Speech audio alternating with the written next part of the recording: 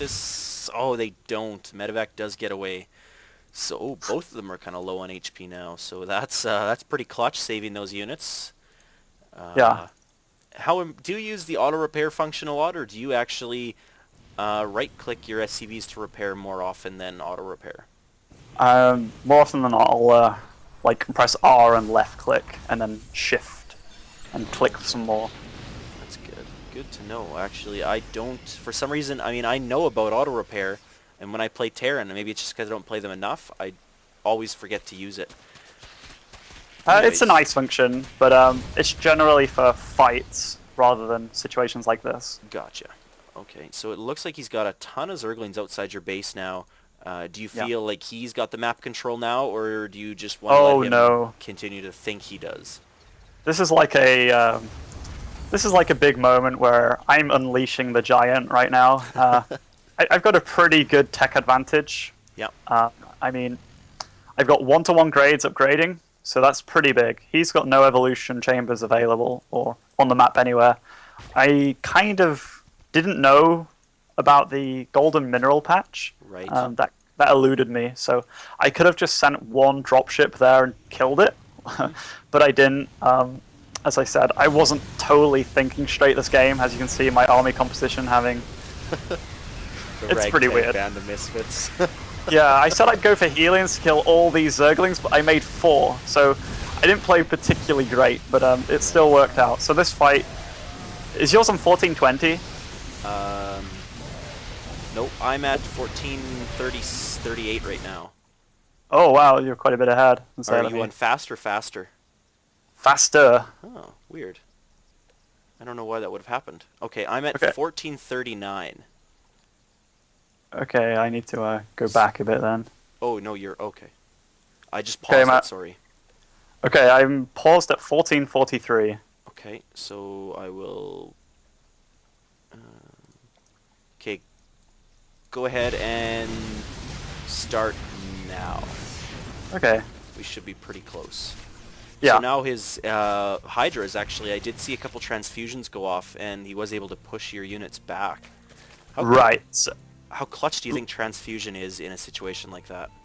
Not that clutch, and I'll tell you why. If you look at that natural, the base, it had like 20 drones on it before, but now it's got 4, and he's Maynarding a few over.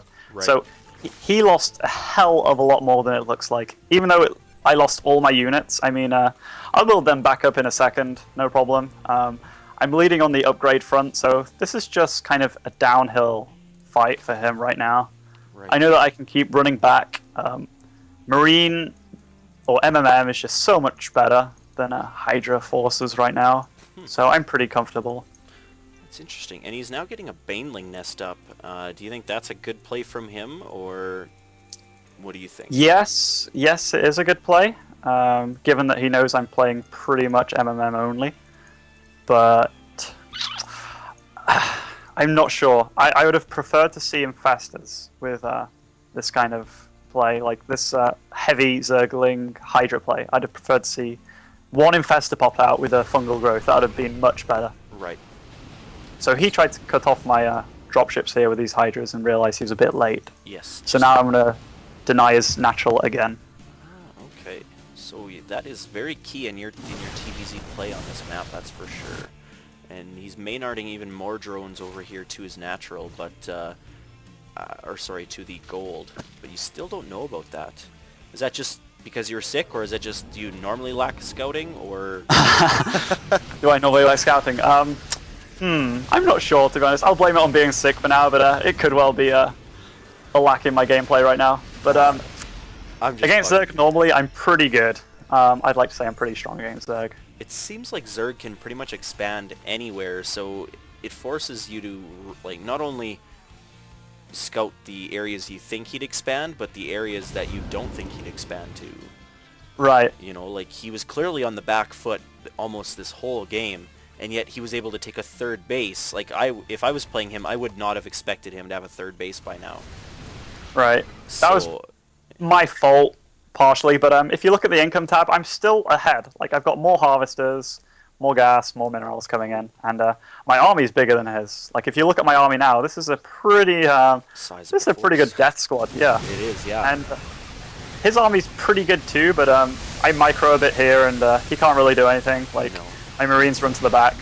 See, the So- banelings there, they just did not seem that overpowered because he ran about, 8 or 9 banelings into your marauders. And Yeah, it wasn't enough banelings at all.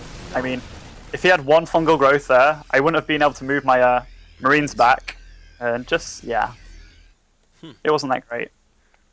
So yeah, that is the end of Game 2 and TvZ, and we're going to move on to TvP. What do you think the big differences of TvZ and TvP are? Ooh, that's a pretty tough one. In terms of play style, more or less, like, do you feel like the Terran needs to be more passive or aggressive, or is it kind of the same? Against Zerg, you have to be aggressive. Although recently with mech play, you can be pretty defensive and get away with it. But usually the way Terrans play against Zerg is, or at least from my experience, you have to deny, or you have to make the Zerg waste as much time getting his economy going as possible. And you kind of attack just before his economy hits its peak, and then you kind of win. Against Protoss, it's kind of like a tit-for-tat game. One base against one base, you're both pretty even. Whereas against Zerg, if it's one base against one, you're ahead. So the Zerg's always going to be vying for those extra bases, those, higher economy flow. Whereas against Protoss, you don't really have that worry, so it's not like a time bomb.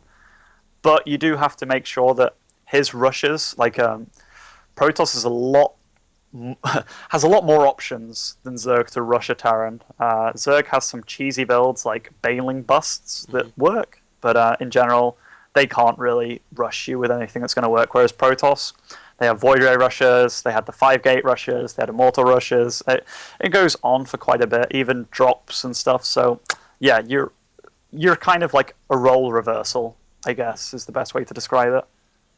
That is interesting for sure. What do you think the future of TvZ holds? Is it going to stay this way, or do you think they need some serious balance changes in order to move forward? Right now, with the way things are, I think it's going to rely heavily on drops from the Zerg.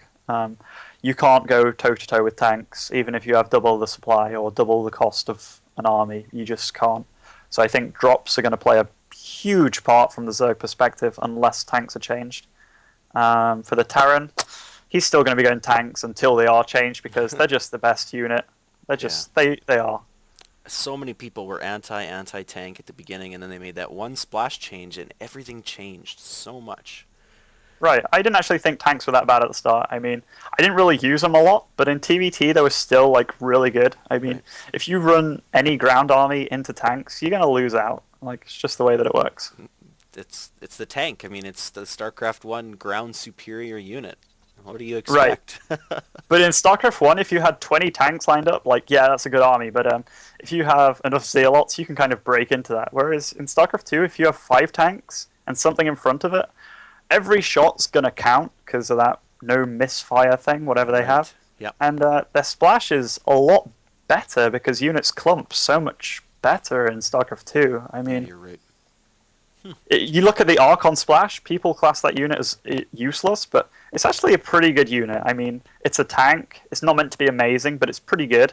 Nope. I think splash should be more based around that size rather than the tank and Baneling. Okay. Yeah, well, I think having every unit having a different splash radius can be a good thing, but yeah, like, it can be very imbalanced as well, so. Right. All right, so let's go ahead and move on to the third and final game. It'll be on Metalopolis, I believe. So viewers, go ahead and check that one out as well.